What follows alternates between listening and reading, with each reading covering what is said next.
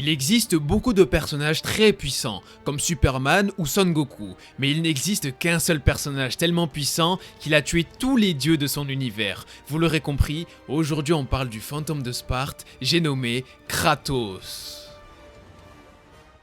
L'histoire commence à la création du monde. Bien avant les titans et les dieux, existaient les primordiaux, les êtres suprêmes qui ont créé l'univers en se tapant dessus. Suite à une prophétie indiquant à Cronos, roi des titans, qu'il sera tué par l'un de ses enfants, il décide de tous les manger pour les enfermer dans son ventre. Effectivement, très efficace comme technique. Rhea, sa femme, décide de cacher son plus jeune fils Zeus en donnant à la place un rocher à manger à Cronos. Elle envoie Zeus sous la protection de Gaïa, la déesse mère des titans qui éleva Zeus dans le plus grand des secrets.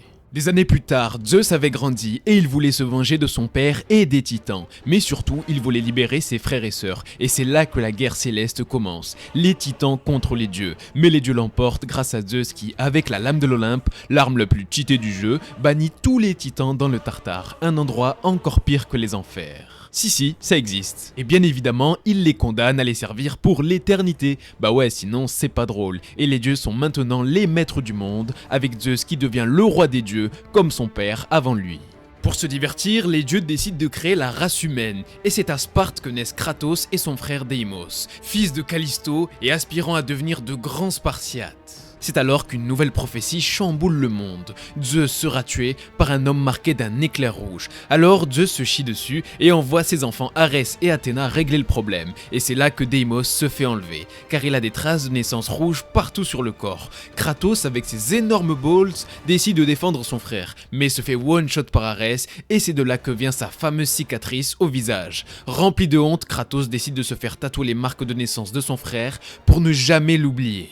Des années plus tard, Kratos est un général de Sparte. Il est même le meilleur général de l'histoire. Il a une femme Lysandra et une fille Calliope. Mais dans l'une de ses nombreuses batailles, il rencontre un adversaire sans précédent, le roi des barbares. Les Spartiates subissent une défaite totale et leur général Kratos est aux portes de la mort. Désespéré, il tente le tout pour le tout et supplie Arès de lui offrir la victoire en lui offrant son âme. Arès, voyant un potentiel serviteur utile pour sa rébellion contre Zeus, décide de l'aider et massacre tous les barbares. Kratos reçoit les lames du chaos, attaché à ses bras comme un esclave éternel du dieu de la guerre, et décapite le roi des barbares. Kratos, complètement matrixé par Arès, va ensuite brûler des villages pour sa gloire, et aveuglé par sa rage, il attaqua le village de sa femme et de sa fille. Kratos, anéanti, dépose les armes, et Arès lui avoue qu'il a délibérément mis sa famille sur sa route pour faire de lui le guerrier ultime. Fou de rage, Kratos rompt son pacte avec le dieu de la guerre, jurant de lui faire payer. Et suite à ça, l'oracle du village le punit en le recouvrant des cendres de sa famille, lui donnant sa couleur blanche et le marquant de honte et de remords à jamais. Il était maintenant devenu le fantôme de Sparte. Après avoir brisé son pacte avec Arès, Kratos est emprisonné par les Furies, des meufs bien vénères qui torturent Kratos et lui font revivre ses pires cauchemars. Sauf que Kratos croit en l'égalité homme-femme. Alors, il se libère et les tue toutes les trois. Athéna lui propose ensuite un marché. Elle lui fera oublier tous ses pires cauchemars s'il devient le serviteur des dieux. Kratos accepte et pendant 10 ans, il combat pour les dieux. Dans ses exploits, il repousse l'armée perse, remet Hélios, le soleil tombé du ciel, à sa place et il bat même Perséphone et Atlas, sauvant par la même occasion le monde entier. Il est l'heure pour Kratos d'accomplir sa dernière tâche, éliminer Arès devenu beaucoup trop dangereux en complotant contre Zeus. Et ça tombe bien, Kratos a une vengeance à accomplir. Kratos se met alors en marche pour trouver la boîte de Pandore qui lui donnerait la puissance nécessaire pour vaincre Arès. Sauf que Arès, ce fou furieux, soulève un pilier et le snipe depuis Athènes. Kratos meurt et va au royaume des enfers, mais Kratos dit littéralement non à la mort. Il bute tout le monde en enfer et grimpe littéralement jusqu'à la sortie. Il retrouve la boîte de Pandore, l'ouvre et reçoit des pouvoirs divins. Grâce à ces nouveaux pouvoirs, Kratos affronte enfin Arès et le tue, obtenant enfin sa vengeance. Mais le vide que ressentait Kratos était toujours là, donc il retourne voir Athéna pour enfin être libéré de ses cauchemars comme prévu. Sauf que là, Athéna lui dit d'aller se faire foutre, qu'elle peut rien effacer du tout, mais bon, les dieux acceptent quand même de tout lui pardonner. À ce moment-là, Kratos est détruit. Il a combattu pendant 10 ans pour rien et là, il touche le fond. Mais littéralement, il saute de la plus haute montagne de toute la Grèce pour mettre fin à ses jours. Et là, deuxième prank, Athéna empêche Kratos de mourir et lui dit qu'au pire, il y a une place libre au sein des dieux maintenant que Arès est mort. Kratos accepte et devient officiellement le nouveau dieu de la guerre. Bien qu'il est maintenant un dieu, il est toujours hanté par ses cauchemars, alors il décide de partir en recherche de réponses sur son passé et sur sa famille. Il retrouve alors sa mère, Callisto, mourante en Atlantide. Elle lui révèle que Deimos est vivant, emprisonné par Thanatos, le dieu de la mort. Entre-temps, elle se transforme en un monstre et Kratos n'a pas d'autre choix que de tuer sa propre mère. Kratos arrive à rejoindre Deimos avant qu'il ne soit trop tard, et ensemble, ils affrontent Thanatos. Mais Deimos meurt dans le combat, et Kratos venge son frère en libérant toute sa rage sur Thanatos. Il avait échoué à sauver son frère, comme tous les autres membres de sa famille, mais l'histoire ne s'arrêterait pas là. Il jura à Athéna de faire payer les dieux, et Kratos tient toujours ses promesses. Plus énervé que jamais, Kratos fait absolument tout ce qui lui plaît, et Zeus ne supporte plus l'insolence de Kratos. Alors, il le piège en lui offrant la lame de l'Olympe qui absorbe directement tous ses pouvoirs. Zeus en profite pour prendre la lame et tuer un Kratos très affaibli qui refuse de lui jurer allégeance. Mais Kratos fut sauvé par la même personne qui autrefois sauva Zeus, Gaïa. Elle était bloquée au Tartare avec les autres titans, alors elle lui proposa une alliance pour renverser les dieux et l'Olympe. Kratos accepte avec joie et traverse les enfers. Il fait un massacre, il élimine le Kraken, Cerbère, la Méduse et finalement les Sœurs du Destin. Il utilise leur pouvoir pour revenir dans le temps et empêcher sa propre mort. Enfin Kratos était face à Zeus et il était prêt à lui faire payer sa trahison. Kratos l'affronte et réussit à le vaincre. Mais au moment de l'achever, Athéna s'interpose et le sauve. Kratos ne comprend plus rien, mais Athéna lui explique que Zeus est son père et qu'il a toujours été un demi-dieu. Athéna veut mettre un terme au cycle des fils qui tuent leur père et dans son dernier souffle, elle supplie Kratos de s'arrêter pour le bien de l'Olympe et du monde. Sauf que 5 minutes plus tard, Kratos libère tous les titans du Tartare et déclenche la plus grande guerre totale de l'histoire contre les dieux. Kratos et les titans attaquent désormais l'Olympe, détruisant tout sur leur passage. Mais pour la première fois depuis la guerre céleste, tous les dieux mettent leurs différends de côté et se réunissent pour faire face à la plus grande crise de l'histoire. Kratos fait d'abord face à Poséidon, le dieu des océans qui comme un lâche reste sur son cheval des mers. Mais avec l'aide de Gaïa, Kratos le démonte et finit par lui briser la nuque. Ce jour-là sonna le début de l'apocalypse, car tuer un dieu a des conséquences et sans le dieu des océans, les océans se déchaînent et ravagent le monde entier, tuant des millions de personnes innocentes. Au final, Kratos sera trahi par les titans qui estimeront n'avoir plus besoin de lui, et Kratos retombe en enfer. À présent, Kratos éliminera tous ceux qui se mettent entre lui et Zeus et le massacre ne faisait que commencer, alors accrochez-vous. Il commence par voler l'âme de Hadès et il continue en arrachant la tête de Hélios, privant le monde du soleil. Il arrache les jambes de Hermès, libérant un essaim d'insectes sur les êtres humains du monde entier. Mais au moins, on garde les bottes de Hermès et maintenant, on court super vite. Il démonte Hercule, son demi-frère qui est jaloux de lui, il foudroie Cronos, son grand-père si vous avez bien suivi l'histoire, et il empale Héphaïstos. Il finit même par briser la nuque de Héra, la femme de Zeus. Donc en gros, il a massacré l'entièreté du panthéon grec et a provoqué les pires cataclysmes par la même occasion.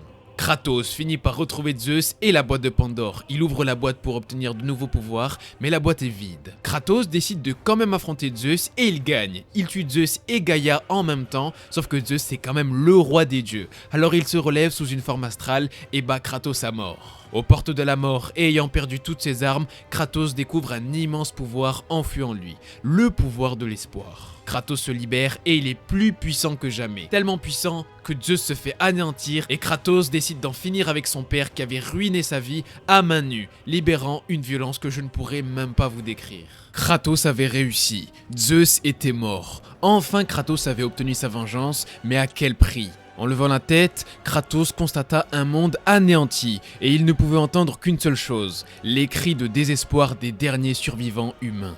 C'est devant tout ce chaos qu'Athéna apparut sous une forme fantomatique. Elle expliqua à Kratos qu'elle avait mis le pouvoir de l'espoir dans la boîte de Pandore pour tenir tête aux ténèbres que la boîte contenait. Kratos s'était donc approprié le pouvoir de l'espoir la première fois qu'il ouvra la boîte, mais il avait aussi libéré les ténèbres par la même occasion. Ces ténèbres avaient corrompu les dieux et avaient amené la peur dans le cœur de tous, même Zeus lui-même.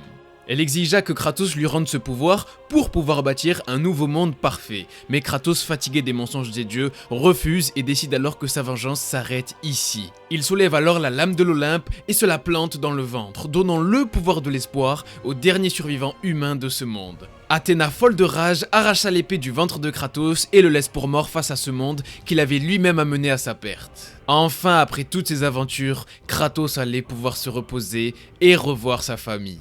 Mais le destin avait d'autres plans pour Kratos qui s'échappa miraculeusement. Mais s'échapper pour aller où vous dites? On arrive en 2018 avec le fameux God of War. Kratos a voyagé vers le royaume nordique, mais comment a-t-il fait pour aller dans une autre mythologie? Il a dû utiliser un portail magique, ou bien il a dû monter sur le dos d'un dragon. Sauf qu'en fait, il est juste venu en bateau. Faut donc comprendre qu'il existe plusieurs mythologies dans le même monde. Et donc, il existe sûrement un monde égyptien et peut-être aussi un monde japonais. Désormais, il vit comme un homme et se marie avec Faye, une guerrière géante qui a contrecarré les plans des dieux nordiques plusieurs fois. C'était un peu la Kratos du monde nordique. Maintenant, c'est un nouvel homme calme et raisonnable.